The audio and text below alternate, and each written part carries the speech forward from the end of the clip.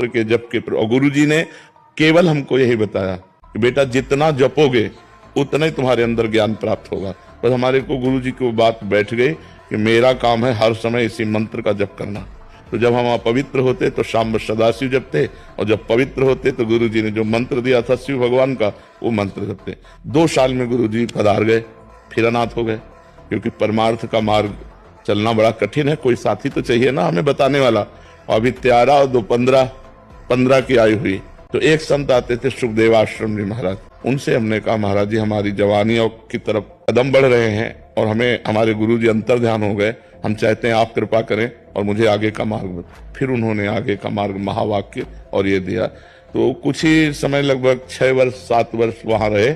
इसके बाद गंगा का किनारा पकड़ लिया। घोर विरक्ति, 1 रुपया कभी जीवन में नहीं रखा, ना आज है हमारे पास, ना आज है और ना जीवन में रखा। जैसे जीवन में थे वैसे ही। अंतर बस ये हो गया, पहले एकांत रहते थे अब समाज में रहते हैं। पहले भरण पोषण आकाश वृत्ति के द्वारा होता था, आज भी भरण पोषण आकाश वृत्ति के द्वारा ही होता है।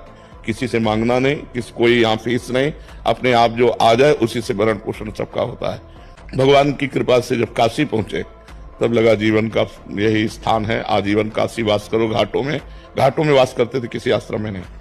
ऐसे करने का स्वभाव नहीं था। तो जो हमारे सामने आ जाता, इसलिए कई कई दिन भूखे रहने पड़ते, वो सब कष्ट सहते हुए फिर काशी में ही हमको भगवान की प्रेरणा हुई। रास ऐसा होगा वृंदावन, और वहीं से विधान बना। इतने में 20 वर्ष कम से कम व्यतीत हो गए होंगे, जितनी बात बता गए सारांश में बता। फिर वृंदावन आगमन हुआ, वृंदावनेश्वरी ने कृपा की और ये उपासना दे दी। तो इसमें मूलतः भगवान की ही सब रचना है। हम कहीं कोई खोज नहीं की, हम कहीं कोई चाह नहीं की, आगे से आगे क्या करना है क्या करना वो सब करते चले गए। तो हमें लगता है यदि हम गुरु की शरण में हो जाएं और वो हमें जो मार्ग बताएं उसके अनुसार हम चले तो आगे हमें जहां पहुंचना है वो आगे आगे सब व्यवस्था भगवान करते जाते हैं। किसका प्रश्न था तो समझ रहे हो आप? दिख जी दिल्ली से। राधे राधे जी, इनका भी सेम प्रश्न है। कह रहे हैं कि महाराज जी जब आप काशी में ही पूर्णता का अनुभव हो गया था तो आपके मुख से सुना है कि भगवत प्राप्ति में किसी के भी दर्शन हो जाते तो राधा रानी के दर्शन वहीं से कर लेते। आप इतने कष्ट में जीवन क्यों व्यतीत किया फिर महाराज जी? नहीं, राधा रानी के दर्शन की इच्छा ही नहीं थी, काशी में नहीं थी। जो आनंद मिला वो पूर्णता का था। हमारे पास हम बैठे थे, आज भी पीपल का पेड़ तुलसी घाट में, तो शांत बैठे थे।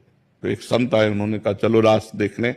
भाई जी हनुमान प्रसाद पोद्दार जी का अंध विश्वविद्यालय है, उसमें रासन का नहीं, हमें जरूरत नहीं। उनका चलो ना, पास हो रही देख लो चलो। हम कहा हमें नहीं जरूरत है तो आप